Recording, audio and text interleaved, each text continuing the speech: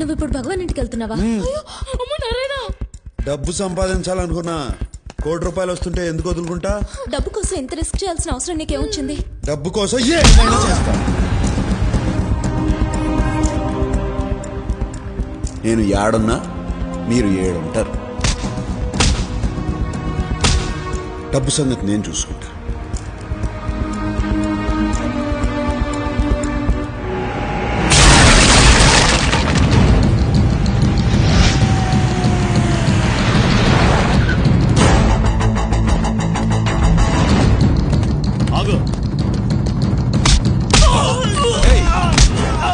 ఇంతకుముందే తన్నులు తినావు కదరా, చేస్తావు.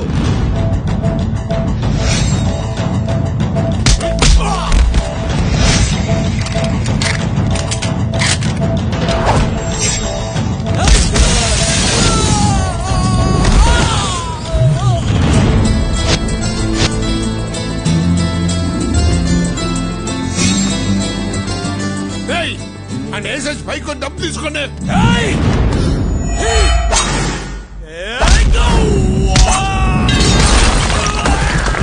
ఏంట్రా?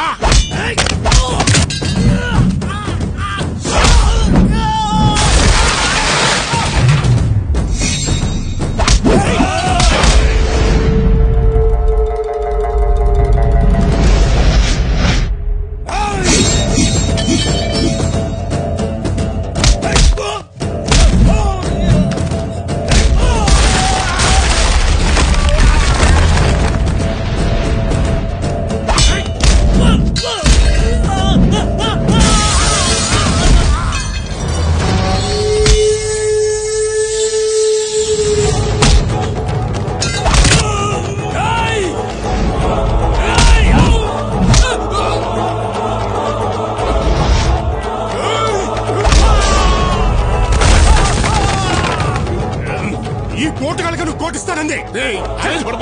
వీళ్ళ సిటీలో బెస్ట్ అన్నావు.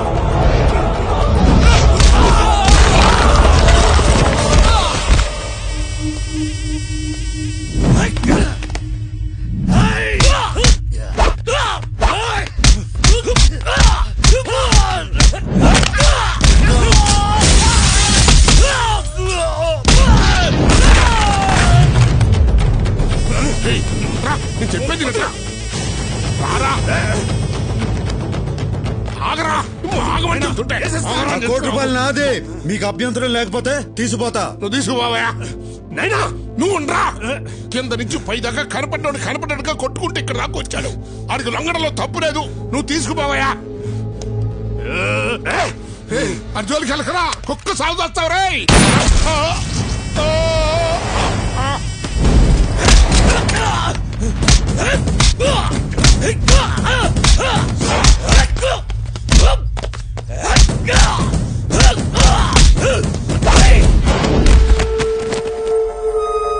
చూసినావా, ఈడికాను లొంగిపోమంది.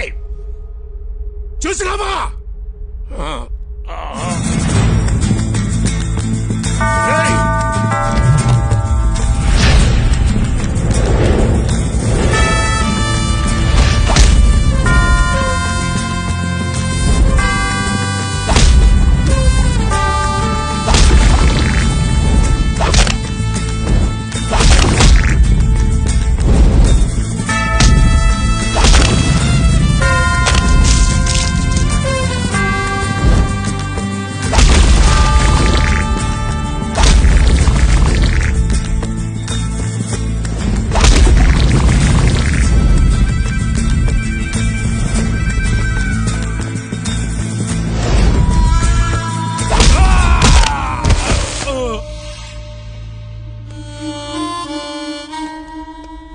గడపడా ముసలోని నే పోతున్నా.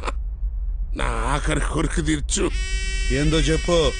ఒక ఫోన్ నెంబర్ చెప్తా, నా కలిపి.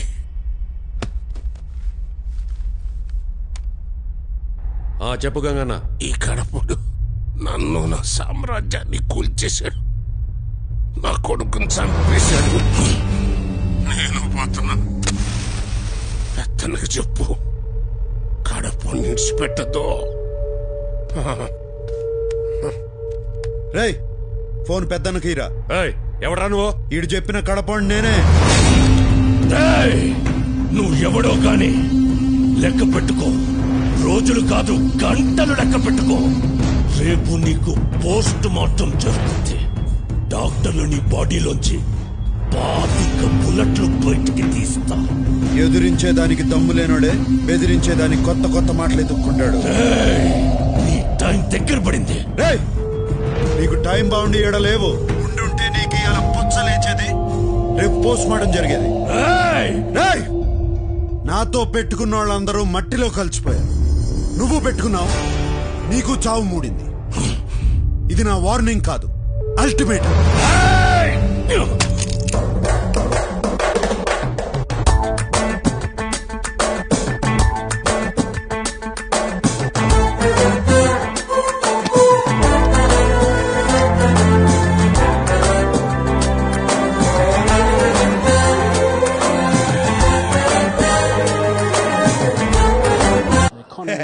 డ్రింక్స్ బ్రేక్ అయిపోయింది కదా, ఈ ఓవర్ లో వికెట్ ఎగిరిపోద్ది, స్కోర్ డామన్ పడిపోద్ది.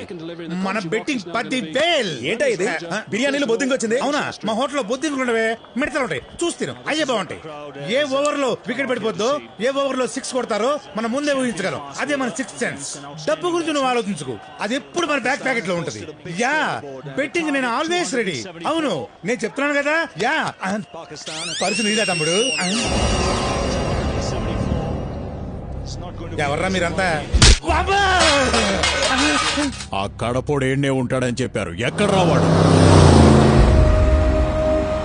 డబ్బు కోసం ఎంత రిస్క్ చేయాల్సిన అవసరం నీకేమొచ్చింది?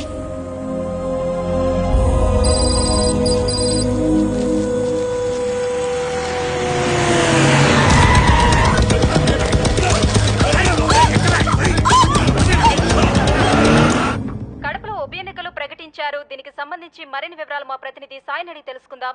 సాయి, చెప్పండి, ఈసారి కడప ఉప ఎన్నికల్లో అధికార పార్టీ రెబల్ అభ్యర్థి దేవేందర్ రెడ్డి నుంచి ఎలాంటి సవాల్ ఎదుర్కొంటుంది?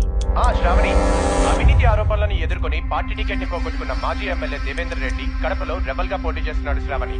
అయితే ఆయన ఓటర్లని ఎంతవరకు తన వైపు తిప్పుకోగలడు అనేది అనుమానమే శ్రావణి.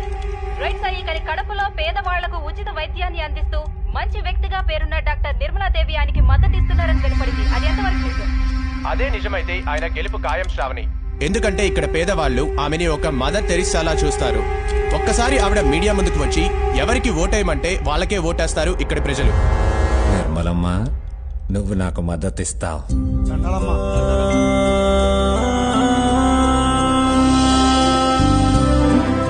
అన్నా అన్నా, ఆకలేసిందన్నా, తినేదానికి ఏదైనా పెట్టన్నా ప్లీజ్ అన్నా. మీ అమ్మా నాన్న ఎక్కడా? మా అమ్మ చచ్చిపోయినది, మా నాన్న జైలుకి వెళ్ళాడు. అయ్యో, సరే, నాతోరా.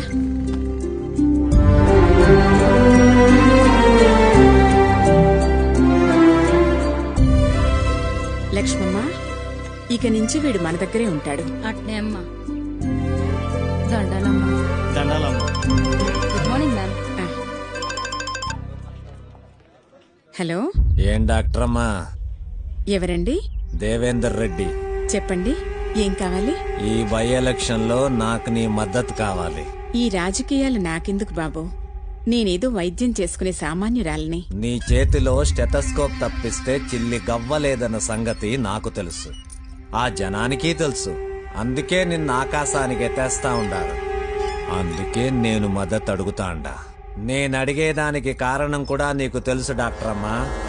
నీకు ఇంత పేరు ప్రతిష్ట తెచ్చిపెట్టినది ఆ ఆస్పత్రి, ఆ బిల్డింగ్ నీకు దానంగా ఇచ్చినది ద్రుపద రెడ్డి, మా నాయన. ఆ అధికారంతోనే అడుగుతాండా. నువ్వు మంచివాడివైతే ఎవరి సపోర్టు అక్కర్లేదయ్యా. మంచిగా చెప్తే నువ్వు వినవనే. నీ కూతుర్ని కిడ్నాప్ చేయించాను. గంటలో మీడియా నీ కాడికి వస్తాది. నాకు మద్దతు ఇస్తుంటానని చెప్పు, లేకపోతే నీ కూతురు బాడీ నీ ఇంటికాడికి వస్తాది. ఫీట్ చేసుకో. మీరు దేవేందర్ రెడ్డికి సపోర్ట్ చేస్తున్నారా? నేను ఎవరిని సపోర్టు చేయటం లేదు. నాకు రాజకీయాలు పడవు. మేడం మేడం మేడం లేపేండ్రా దాన్ని. అట్నే బావా, బావా దీన్ని లేపేయమంటాడు. చీర ఎలా ఉంది? కలర్ నాకు బాగా నచ్చింది. కాస్త బార్డర్ ఎక్కువైతే బాగుండేది. ఏమంటారు? ఏందైతే నిన్ను కిడ్నాప్ చేసినాము, చంపబోతాండాం. మీ అమ్మాయేమో అట్ట చెప్పినది, నువ్వేమో చీర గురించి మాట్లాడుతాండావు. అసలేందే మీ ధైర్యం? నా ధైర్యం ఏంటి కాదు, ఎవరు అని అడగాలి. ఎవరో తెలుసా? సత్య, మా అన్నయ్య.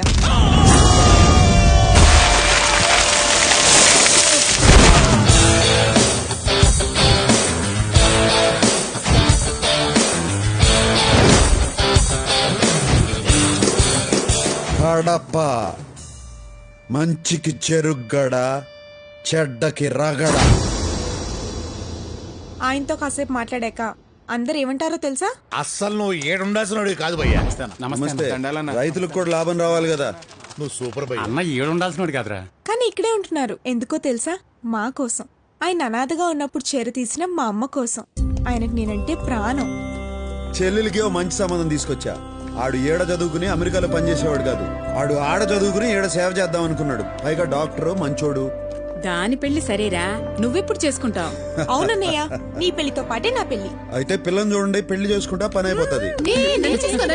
అమ్మా డాక్టర్ అమ్మలో నన్ను వదిలేయండి. చెల్లై కానిద్దామా? నువ్వు మాతో ఉండమంటే ఉండవు, కానీ సంబంధాలు మాత్రం చూస్తావు.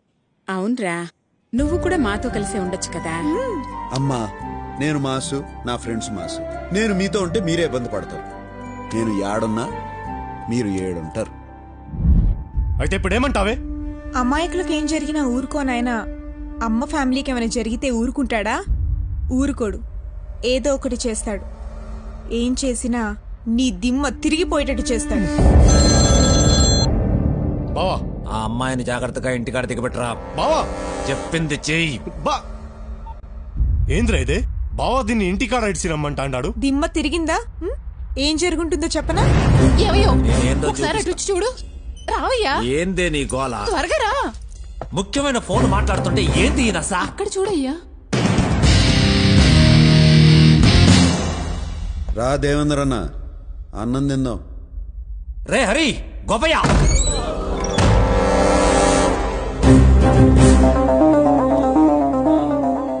వాళ్ళందరూ తిన్నారు, నువ్వు ఒక్కడవే తినలా. నువ్వు కూడా తిందువు గాని కూర్చో. కూర్చో. కూరలు అదిరినాయి వదినా, నువ్వేనా చేసింది? అవును. మంచి పెండ్లం, గొప్ప తండ్రి. అంత గొప్ప ఆయన కడుపును పుట్టి నువ్వేంద్రా ఎట్టా తయారైనావు? నిన్ను మెట్టుతో కొట్టాలా? నువ్వు ఇలా చేసిన పనికి ఈ పాటికి నీ ఫోటోకి దండేసేవాళ్ళు నీ వాళ్ళు. ఎందుకు ఊరుకున్నానో తెలుసా? నువ్వు ఆయన కొడుకు కాబట్టి. మీ వాడికి ఫోన్ చేయి. నాతో పెట్టుకోకూడదన్న సంగతి నీ మతికి పెట్టుకో. నాతో రగడ పెట్టుకుంటే నువ్వు మగాడన్న సంగతే మర్చిపోతావు.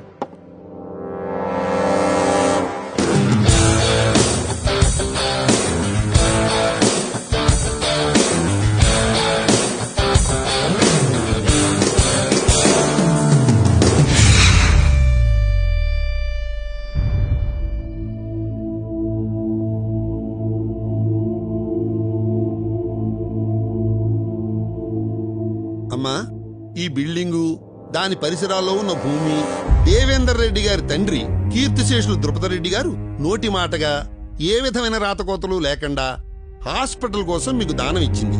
దీని మీద సర్వహక్కులు వారసత్వ చట్ట ప్రకారంగా వారి కుమారుడైన వీరికే చెందుతాయి. కాబట్టి కోర్టు ఆర్డర్ ప్రకారంగా మీరు 3 నెలల్లో ఈ పరిసరాలు ఖాళీ చేసి వెళ్ళాలి. లేదా ఇప్పటి ల్యాండ్ వాల్యూ ప్రకారం 87 కోట్లు చెల్లించాలి. లేకపోతే కోర్టు మిమ్మల్ని బలవంతంగా ఖాళీ చేయిస్తుంది. ఎంతో మంది పేదవాళ్లకు సహాయపడుతున్న ఈ హాస్పిటల్ తీసేస్తే వాళ్ళంతా ఏమైపోతారో. వాళ్ళు నువ్వు కలిసి బజారు పడండి. బజారు ఏంటి బాబు ఇది?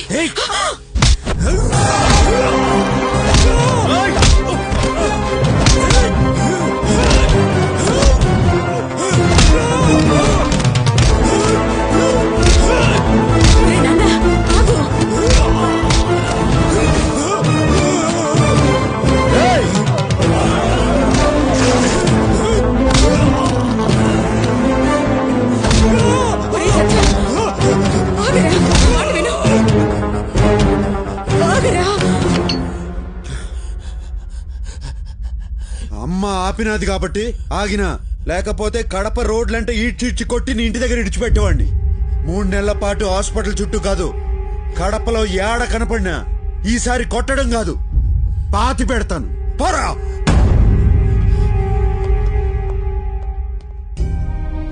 అమ్మా, డబ్బు సంగతి నేను చూసుకుంటా. ఈ ఆసుపత్రి ఆడకే పోతా, ఎప్పటిలాగే నడుస్తుంది. ఇది నా మాట.